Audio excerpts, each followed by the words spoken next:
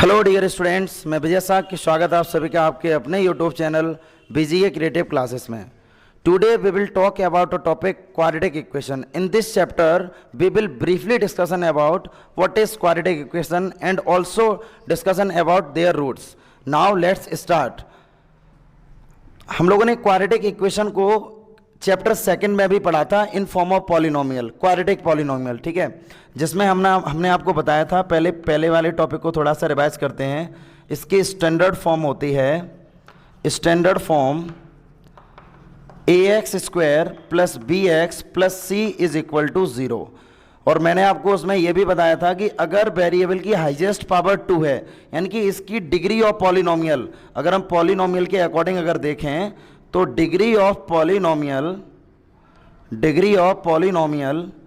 Is 2। तो 2 degree से हमें यह पता लगता है कि जो भी हमारी इक्वेशन है तो इसकी 2 जीरोज होंगे, यानी कि इसके 2 वैल्यूज होंगे। यानी कि 2 का मतलब है चाहे वो हमारी क्यूबिक इक्वेशन हो, चाहे वो क्वाड्रेटिक इक्वेशन हो या लीनियर इक्वेशन हो, यानी कि नंबर ऑफ जीरोज यानी कि उसकी वैल्यूज डिपेंड करती हैं हाईएस्ट पावर पर। यानी कि अभी इस समय इसकी पावर 2 है तो डिग्री ऑफ पॉलिनोमियल मेरे पास 2 है, जिससे हमें यह पता लगता है कि इसके 2 जीरोज होंगे। तो 2 जीरोज होंगे तो यानी कि हम यहां पर लेट कर लें, let be the 2 zeros alpha comma beta. 2 zeros हमने अल्फा और बीटा मान लिए, ठीक है। क्वाड्रेटिक पॉलिनोमियल में हम लोगों ने पढ़ा था, उस टॉपिक को इसमें दोबारा से एक बार रिपीट कर रहे हैं। तो हम लोगों ने रिलेशन ये पढ़ा था सम ऑफ रूट्स माइनस के बी अपॉन ए, यानी इसको हम लोग क्या बोलते थे, सम ऑफ रूट्स। ये तो मैंने पहला फॉर्मूला पढ़ा था उसमें। और दूसरा फॉर्मूला पढ़ा था प्रोडक्ट ऑफ रूट्स, यानी कि alpha into beta is equal to c upon a. इनको हम लोग बोलते थे product of roots, product of roots, ठीक है। सी और ए, माइनस बी और ए, ये सभी आपको पता होना चाहिए। माइनस बी यानी कि B is the coefficient of X and A is the coefficient of X square, और सी हमारा एक कांस्टेंट नंबर है, ठीक है। हम लोगों ने sum of roots and product of roots, ये 2 फॉर्मूले पढ़े थे। और एक ऐसा भी फॉर्मूला पढ़ा था जिसमें अगर हमें अल्फा बीटा गिवन हो या सम ऑफ जीरोज या प्रोडक्ट ऑफ जीरोज अगर हमें दिए जाएं तो हम क्वाड्रेटिक पॉलिनोमियल को भी आसानी से फाइंड आउट कर सकते थे। तो वो हम लोगों ने एक जनरल फॉर्मूला क्या पढ़ा था, जनरल फॉर्मूला हम लोगों ने पढ़ा था x square minus alpha plus beta x plus के alpha beta is equal to 0, ठीक है। इस वाली इक्वेशन को भी हम लोगों ने डीपली पढ़ा था। ये था हमारा क्वाड्रेटिक पॉलिनोमियल, जो कि आप सभी को पता होना चाहिए इनिशियली कि क्वाड्रेटिक इक्वेशन है क्या।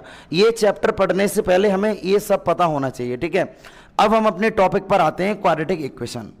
तो देखो, क्वाड्रेटिक इक्वेशन हमारे पास है a x square plus B x plus C is equal to 0।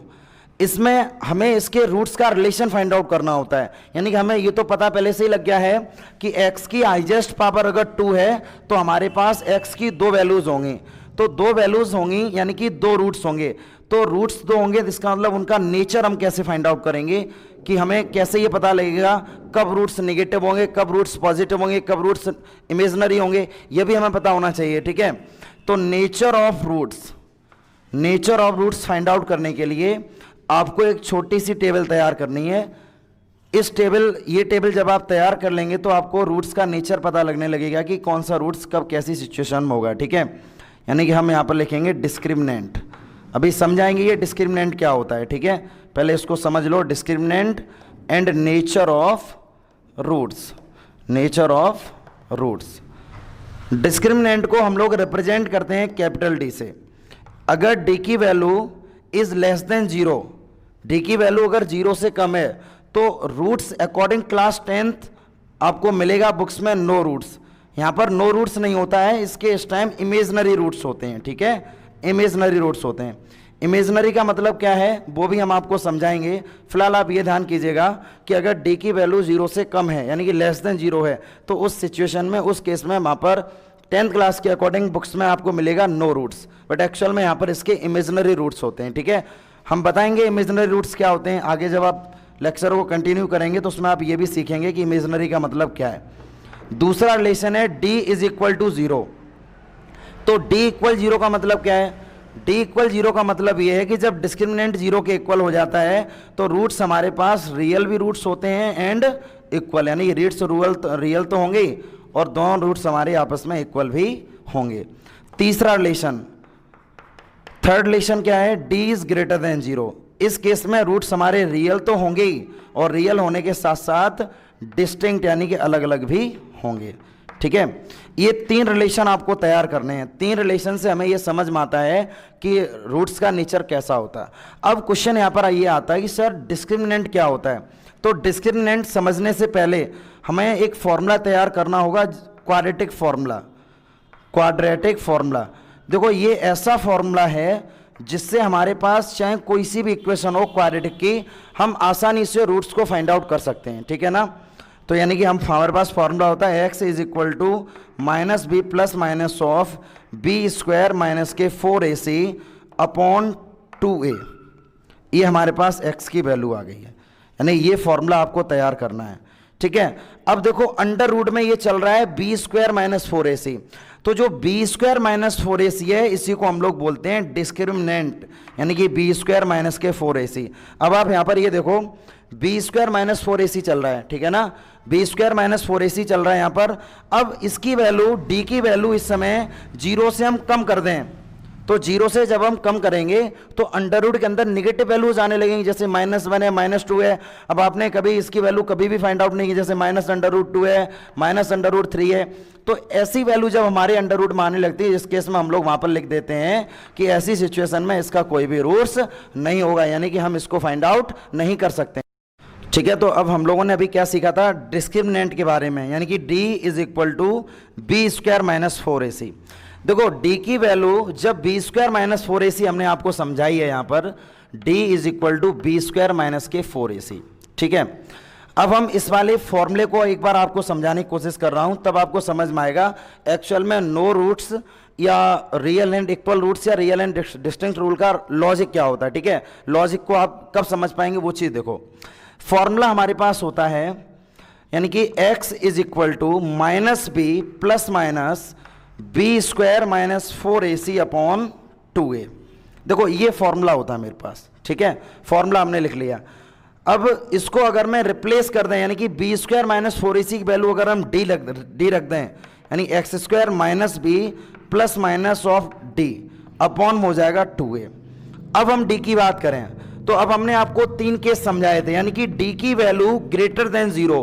पहला केस आता है ग्रेटर देन जीरो, तो ग्रेटर देन से हमें क्या समझ में आता है, ग्रेटर देन से हमें यह समझ में आता है कि अब इस केस में क्योंकि अंडर रूट डी चल रहा है, ठीक है ना, तो अंडर रूट डी का मतलब है कि अगर डी की वैल्यू जीरो से बड़ी है, चाहे वो 1 हो, चाहे वो 2 हो, चाहे वो 3 हो, मतलब कुछ भी हो, ये वैल्यू जो हमारे पास आ रही हैं ये एक रियल नंबर्स हैं, मतलब इनकी अपनी कोई न कोई वैल्यू होगी।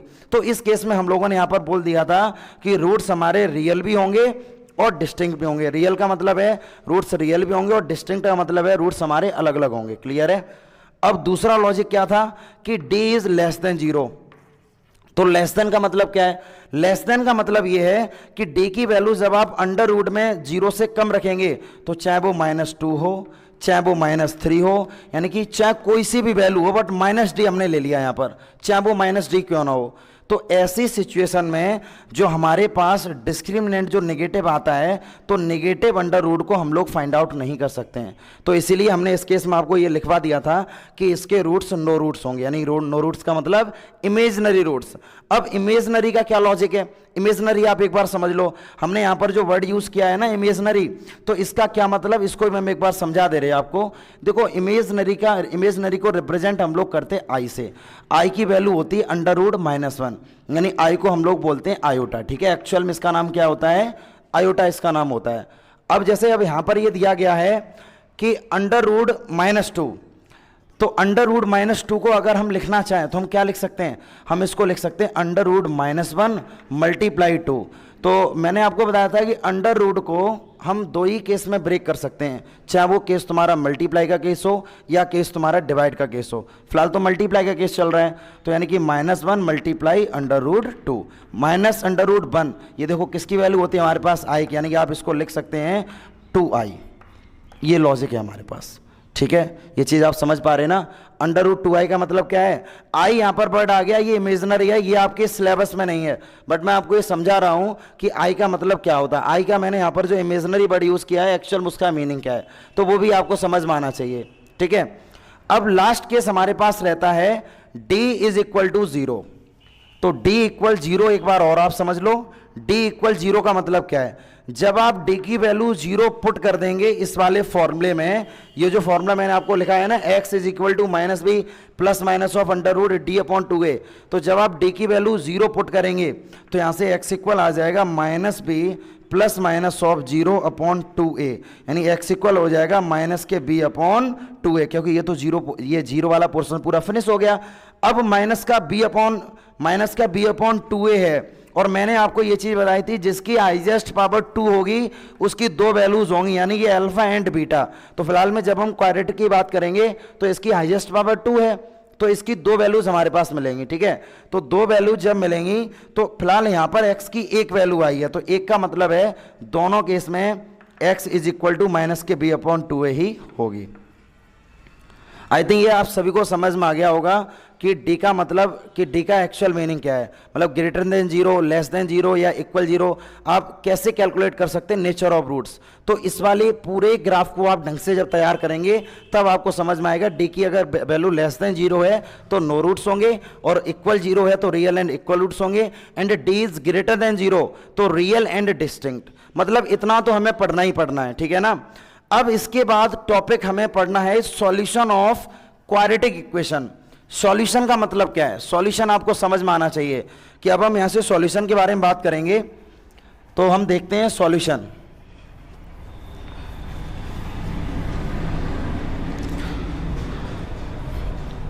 Solution of quadratic equation, quadratic equation, ठीक है। सॉल्यूशन ऑफ क्वाड्रेटिक इक्वेशन, देखो ये हमने पढ़ा यहां पर, क्लियर है। तो सॉल्यूशन तीन कैटेगरी के होते हैं, मतलब तीन तरीके से हम क्वाड्रेटिक इक्वेशन के सॉल्यूशन को फाइंड आउट कर सकते हैं। पहला मेथड क्लास 8th है 7th है, हम लोगों ने बहुत अच्छी तरीके से पढ़ा था, जिसको हम लोग बोलते हैं फैक्टराइजेशन मेथड। फैक्टराइजेशन मेथड समझाएंगे तीनों मेथड आपको अभी हम। और दूसरा मेथड हमारा होता है क्वाड्रेटिक फॉर्मूला, यानी कि अगर मैं उसमें क्वाड्रेटिक फॉर्मूला यूज कर दें तो भी हम पढ़ सकते हैं, तो भी हम कैलकुलेट कर सकते हैं सॉल्यूशन, क्लियर है। और लास्ट हमारा होता है कंप्लीट स्क्वायर मेथड। तो तीनों मेथड मोस्ट इंपोर्टेंट हैं जिनसे हम क्वाड्रेटिक इक्वेशन के सॉल्यूशन को फाइंड आउट करेंगे, ठीक है। तो तीनों मेथड को डीपली हम लोग समझते हैं। जैसे कोई सी आप एक इक्वेशन ले लो, जैसे हमने इक्वेशन यहाँ पर ये ले ली एक्स स्क्वायर माइनस के 5x प्लस के 6 इज इक्वल टू 0, ये इक्वेशन हमने ले ली, यानी ठीक है। तो हम लोग यहाँ से सॉल्यूशन को फाइंड आउट करना सीखेंगे। हमने एक बेसिक एग्जांपल ले लिया, बेसिक एग्जांपल है हमारे पास x square minus 5x plus 6 is equal to 0। पहला मेथड हम लोग यूज करेंगे using factorisation method. Factorisation method, पहला आप फैक्टराइजेशन मेथड यूज करो। तो जब हम फैक्टराइजेशन मेथड यूज करेंगे तो देखो यहां से हमारे पास इक्वेशन है एक्स स्क्वायर माइनस के 5x plus 6 is equal to 0, ये इक्वेशन हमने यहां पर ले ली है, ठीक है। लॉजिक क्या होता है, रूल क्या होता है भाई, कि कांस्टेंट का multiply coefficient of X square, constant का मल्टीप्लाई हम लोग कोफिशिएंट ऑफ एक्स स्क्वायर में करेंगे, यानी कि 6 बन जा 6 के ऐसे फैक्टर करो भाई कि मल्टीप्लाई करके 6 आना चाहिए, और यहां पर साइन हमारा प्लस चल रहा है तो प्लस करके 5 आना चाहिए, ये रूल होता है। देखो यहां से हमारा जो फैक्टराइजेशन मेथड है, फैक्टराइजेशन मेथड का रूल क्या है हमारे पास, कांस्टेंट का multiply coefficient of X square, 6 बन जा 6। अब 6 के ऐसे दो फैक्टर करो, ऐसी दो वैल्यूज हमें सोचनी है कि जिनका हम प्रोडक्ट करें तब तो 6 आना चाहिए, और प्लस करने पर 5 आना चाहिए, यानी कि 3 मल्टीप्लाई 2, यानी कि 3 2 जा 6 और 3 प्लस 2 यानी कितना हो जाएगा हमारे पास 5। ये दो फैक्टर हो गए। तो यानी जब आप इसको सॉल्व करेंगे यहां पर तो ये क्या हो जाएगा, एक्स स्क्वायर 5 को हमने ब्रेक कर दिया 3 प्लस 2 में इज इक्वल टू 0, यानी यहां से अगर हम सॉल्व करें इसको तो x -3x माइनस के 2x प्लस के 6 इज इक्वल टू 0, यानी x को आप कॉमन लो, x माइनस 3 माइनस 2 को कॉमन लो तो x minus 3 is equal to 0। Clear है भाई? अब हमें यहां पर x minus 3 and x minus 3 ये दोनों ही कॉमन मिल रहे हैं, तो जब ये कॉमन मिल रहे थे यानी कि हम इसको लिख सकते हैं x माइनस 3 को हमने कॉमन लिया, तो अब हमारे पास यहां पर बचा x माइनस 2, यानी कि x minus 2 is equal to 0। तो एक बार आप x माइनस 3 को 0 के इक्वल कर देंगे और एक बार x माइनस 2 को, तो x की वैल्यू आ जाएगी यहाँ पर 3 और x की वैल्यू यहाँ पर आ जाएगी 2। तो वही चीज़ हमने बोली थी, कोई भी क्वाड्रेटिक इक्वेशन होती है उसके दो जीरोस होते हैं, दो जीरोस का मतलब दो रूट्स होते हैं, पहला हो गया 3 और दूसरा हो गया 2। ये था हमारा फैक्टराइजेशन मेथड, जिसको हम लोगों ने इनिशियली क्लास 7th और 8th में भी इस मेथड का बहुत ज़्यादा यूज किया था। अब हम बात करेंगे क्वाड्रेटिक फॉर्मूला के बारे में, ठीक है? क्वाड्रेटिक फॉर्मूला हमें कैसे यूज करना है, तो एग्जांपल हम यही लेके चल रहे हैं, ठीक है ना? तो इससे समझ में भी आएगा कि जो फैक्टराइजेशन मेथड है उसके आंसर्स क्या हैं और जो क्वाड्रेटिक फॉर्मूला यूज करेंगे उसके आंसर्स क्या हैं। तो इसको पहले समझ लो। हमने एग्जाम्पल यही ले लिया, एक्स स्क्वायर माइनस के 5x प्लस के 6 इज इक्वल टू 0, यानी कि जब आप इसकी कंपैरिजन करेंगे ax square plus bx plus c के साथ, तो हमें समझ में आएगा कि a इज इक्वल टू 1 क्योंकि कॉफिशिएंट है, और v इक्वल हो जाएगा -5 एंड c इक्वल हमें मिल जाएगा यहां पर 6। a b एंड c तीनों की वैल्यू को हमने यहां से कैलकुलेट कर लिया, तीनों के कॉफिशिएंट हमने निकाल लिए। अब यहां पर हम क्वाड्रेटिक फॉर्मूला यूज कर सकते हैं, यानी using quadratic formula, quadratic formula यानी x is equal to minus B plus minus of B square minus 4ac upon 2a, यानी कि ये वाला फॉर्मूला यूज करो, x is equal to minus B plus minus under root B square minus 4ac upon 2a। अब हमने पहले से ही value यहां पर कैलकुलेट कर ली, तो वो वैल्यूज भी हमें यूज करनी है। तो x इज इक्वल टू, देखो माइनस चल रहा है, अब माइनस का 5 और पुट करेंगे, यानी कि माइनस का 5 प्लस माइनस, यानी कि माइनस के 5 का स्क्वायर और माइनस का 4a दिया गया 1 और c दिया गया हमें 6, और अपॉन में क्या चल रहा है यहां पर 2a, यानी कि 2 मल्टीप्लाई 1, ठीक है? इतना हमें दिया गया। अब देखो यहां से माइनस का मल्टीप्लाई जब आप माइनस में करेंगे तो यहां पर आ जाएगा +5 प्लस माइनस 5 का स्क्वायर होता है 25, यानी यहां पर आपने लिख दिया स्क्वायर रूट में 25 और 6 4 जा 24, यानी कि माइनस का हो गया 24 और अपॉन में चल रहा है 2। जब आप सॉल्व करेंगे तो 5 प्लस माइनस अंडर रूट 1, और 1 हमारी परफेक्ट वैल्यू होती है, तो यानी कि प्लस माइनस 1 अपॉन 2, ये हमारे पास x की वैल्यू आ गई है। x is equal to 5 plus minus 1। तो देखो x equal to 5 plus minus का लॉजिक क्या है पहले वो समझ लो। लॉजिक का मतलब क्या है, रूट्स हम कैसे कैलकुलेट करेंगे, तो एक बार आप x की वैल्यू प्लस लेके चलोगे और एक बार आप x की वैल्यू माइनस लेके चलेंगे, ठीक है? तो यहां से आ जाएगा x is equal to 6 upon 2 और यहां से आ जाएगा x is equal to 4 upon 2। भाई यहां से वैल्यू 3 निकल आई और यहां से वैल्यू हमारे पास 2 निकल आई, वही तो आंसर थे मेरे पास। एक बार देखो यहां से, जब हम लोगों ने यहां से फैक्टराइजेशन मेथड यूज किया तो x इक्वल 3 आया एंड x इक्वल 2 आया, और जब हम लोगों ने क्वाड्रेटिक फॉर्मूला यूज किया तब भी x की वैल्यू 2 आई और दूसरे x की वैल्यू मेरे पास यहां पर x की वैल्यू 3 आ गई और यहां पर x की वैल्यू 2 आ गई, ठीक है? तो ये दो मेथड थे हमारे पास, factorisation method and quadratic formula. अब last and most important method complete square method, जो कि आपको सीखना ही है, तो इसको हम लोग ध्यान से सीखेंगे। जिन स्टूडेंट्स को वीडियो अगर समझ में नहीं आ रही है तो वीडियो को पॉज करके एक बार ध्यान से वीडियो को देखो, ठीक है? तो आई होप आप सभी को समझ में भी आएगी, ठीक है? इसके बाद लास्ट मेथड है हमारे पास complete square method. Complete square method, देखो complete square method most important method है अकॉर्डिंग टू क्लास 10th, जिससे हम लोग प्रूफ ही सीखेंगे क्वाड्रेटिक फॉर्मूला का, ठीक है? तो पहले हम पुराने वाले क्वेश्चन को करते हैं, क्वेश्चन से हम आपको समझाएंगे कि क्वाड्रेटिक फॉर्मूला का प्रूफ भी हम लोग कैसे करेंगे, ठीक है? तो पहला वाला पिछला एग्जाम्पल क्या था, एग्जाम्पल हम लोग लेके चले थे एक्स स्क्वायर माइनस के 5x plus 6 is equal to 0, ये था हमारे पास क्वेश्चन, पहले का एग्जाम्पल यही था, ठीक है? कंप्लीट स्क्वायर मेथड यूज करने से पहले हमें ये चेक करना होता है कि coefficient of X square plus का 1 होना चाहिए। यानी कि अगर ये कोफिशिएंट एक्स स्क्वायर अगर प्लस का 1 नहीं है तो हमें प्लस का 1 उसको बनाना पड़ेगा। ठीक है, फिलहाल तो ये प्लस का 1 है तो हम यहां पर कंप्लीट स्क्वायर मेथड यूज कर सकते हैं। यानी using complete square method, complete square method.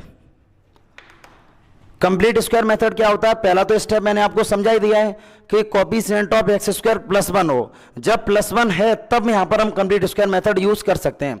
तो रूल क्या होता है कि स्टार्टिंग के 2 टर्म को हम बिल्कुल एज इट इज लिख देंगे। जैसे यहां पर चल रहा था एक्स स्क्वायर और माइनस का 5x, इन दोनों को हमने एज इट इज लिख दिया। जब हम थर्ड स्टेप लिखेंगे तो थर्ड स्टेप लिखने के लिए रूल क्या होता है कि कोफिशिएंट ऑफ एक्स में 2 का डिवाइड दे दो। कोफिशिएंट ऑफ एक्स में 2 का हम डिवाइड देंगे। डिवाइड देने के बाद जो भी रिजल्ट बचेगा उसका स्क्वायर एक बार प्लस करके लिख देंगे और एक बार माइनस करके। जैसे कोफिशिएंट ऑफ एक्स यहां पर 5 है, नेगेटिव्स मतलब नहीं है, माइनस माइनस लेके नहीं चलेंगे हम। कोफिशिएंट ऑफ एक्स 5 है तो 5 में जब हम 2 का डिवाइड देंगे तो 5/2 हो जाएगा। इसका स्क्वायर एक बार आप प्लस करके लिख देंगे और एक बार इसका स्क्वायर माइनस करके लिख देंगे। प्लस चल रहा 6 इज इक्वल टू 0। ठीक है, यानी कि एक्स स्क्वायर माइनस के 5x और प्लस 5/2 एक्स स्क्वायर। इधर ये माइनस का है तो इक्वल को उधर भेज दोगे, प्लस का 5/2 का स्क्वायर हो जाएगा। इधर ये प्लस का 6 है, इक्वल को उधर ट्रांसफर कर दिया तो माइनस का 6 हो गया। अब देखो स्टार्टिंग की ये जो 3 प्रॉपर्टीज हैं, सॉरी स्टार्टिंग के जो 3 टर्म है ये प्रॉपर्टी की फॉर्मेशन लेंगे। कौन सी property? A square plus b square minus 2ab, यानी कि a माइनस बी का होल स्क्वायर। यानी कि इससे आप स्क्वायर को रिमूव कर दो और इससे स्क्वायर को रिमूव कर दो, यहां माइनस का साइन यूज कर दें। यानी कि x माइनस 5/2 का whole square is equal to 5 का स्क्वायर होता है 25 एंड 2 का स्क्वायर होता है 4, 6/1। ठीक है, इतना हम लोगों ने कर दिया। अब देखना कुछ स्टूडेंट को ये प्रॉब्लम आ रही होगी कि सर ये आपने डायरेक्टली ऐसे कैसे कर दिया। तो जिनको प्रॉब्लम आ रही हो वो एक बार समझ लो। जब हम x माइनस 5/2 के स्क्वायर को ओपन करेंगे तो प्रॉपर्टी होती है a square plus b square minus के 2ab। 2 से 2 कैंसिल आउट कर दो तो ये हो जाएगा एक्स स्क्वायर प्लस 25/4 माइनस के 5x। देखो यहां पर यही बचा, देखो यहां से एक्स स्क्वायर प्लस 25 का मतलब 5/2 का स्क्वायर, 5/2 का स्क्वायर और माइनस 5। तो इन टर्म को हमने इस प्रॉपर्टी की फॉर्म में लिख दिया। ठीक है, ये आपको समझ में आना चाहिए। अब जब हम इनको सॉल्व करेंगे इसके नीचे आप 1 मान लीजिएगा, यानी कि एलसीएम आ गया 2, तो 2x माइनस 5 इसका हम लोग कर देंगे होल स्क्वायर। तो एलसीएम इसका भी आप 4 ले लेंगे तो 25 माइनस के 24। एलसीएम लेना तो आप सभी को आने चाहिए। ठीक है ना, जब हम 1 का डिवाइड 4 में देंगे तो 4 टाइम जाएगा, 6 4 जा 24। देखो इनको फिर सॉल्व करो यहां से तो ये हो जाएगा 2x माइनस के 5/2 का whole square is equal to 1/4। यानी कि जब हम इसको ब्रेक करें, स्क्वायर को हम 2 पार्ट में ब्रेक कर सकते हैं। 2 का स्क्वायर 4 हो गया, 1/4 से 4 कट कर दिया तो 2x माइनस 5, इधर ये स्क्वायर है यानी कि plus minus of 1, plus minus 1 हो गया। यानी कि 2x is equal to 5 plus minus of √1, यानी कि x इज इक्वल टू √1 का मतलब हम 1 लिख देंगे यहां पर। तो x is equal to 5 plus minus 1/2, ये हमारे पास x की वैल्यू आ गई। तो यानी इन x की वैल्यूज को हम क्या लिख सकते हैं? एक बार आप ले लोगे 5 प्लस 1/2 यानी कि 6/2 यानी कि 3 आ गया। एक बार x की वैल्यू हमारे पास 3 आ गई और दूसरे बार हम x इक्वल 5 माइनस 1/2 ले लेंगे यानी कि 4/2, आंसर आ गया 2। तो यानी एक बार x की वैल्यू आ जाएगी यहाँ पर 2, तो एक बार x इक्वल 3 आ गया और एक बार x इक्वल 2 आ गया। और यही हमारे पास जब हम लोगों ने क्वाड्रेटिक फॉर्मूला और उसके बाद फैक्टराइजेशन मेथड से सॉल्व किया था तब भी हमारे पास x equal 3 and x equal 2 दो ही रिजल्टेंट आंसर आए थे। ठीक है, जिसमें ये वाला मेथड आपको समझना बहुत ज़्यादा जरूरी है।